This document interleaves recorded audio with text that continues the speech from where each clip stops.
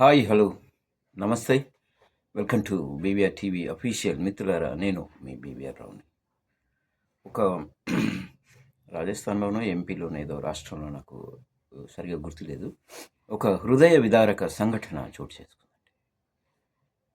ఒక పెద్ద మనిషి, ఆయన కూడా దగ్గర దగ్గర 58, 60 ఆ ప్రాంతం ఉంటుంది. వాళ్ళ సోదరి అక్కో చెల్లెలో చనిపోతే ఆవిడకు సంబంధించిన బ్యాంకు ఖాతాలో 9,500 రూపాయలు ఉన్నాయి. ఎంత? 9,500 రూపాయలు.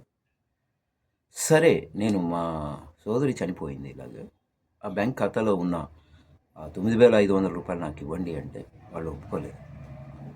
ప్రూఫ్ ఏంటి? మీ చెల్లెలు, మీ సోదరి అని, నువ్వే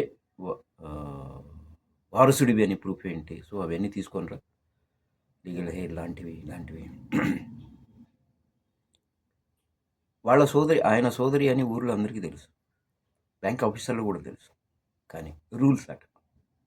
పాపం ఆయన ఏం చేయాలో తెలియక, ఎలా తెచ్చుకోవాలి, ఎవరైనా సలహా మరి ఇచ్చారో లేదో తెలీదు. వాళ్ళ సోదరి శవాన్ని ఆల్రెడీ ఖననం చేశారు.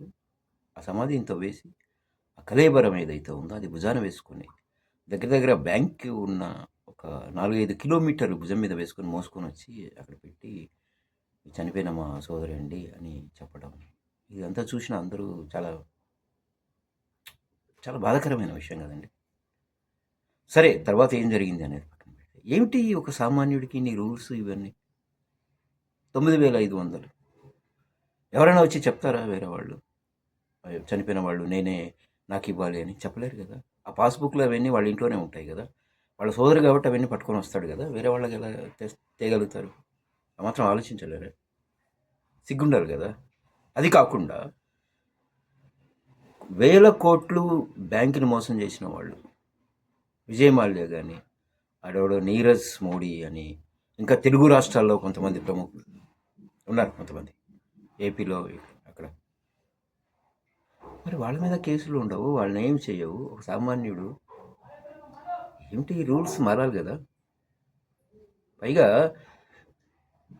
వాడెవడో మోసం చేసి వెళ్ళిపోతే ఆ నష్టాన్ని పూడ్చుకోవడానికి మన ఈ సామాన్యుల ఖాతా నుంచి 100 రూపాయలు కట్ చేస్తున్నారట. ఏంటి, వాడెవడో చేయడం మేము ఎందుకు కట్టాలండి?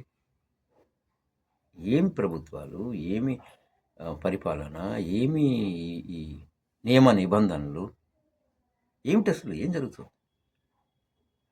బుర్ర జ్ఞానం ఉండాలి, సిగ్గు ఉండాలి. ఆలోచించండి.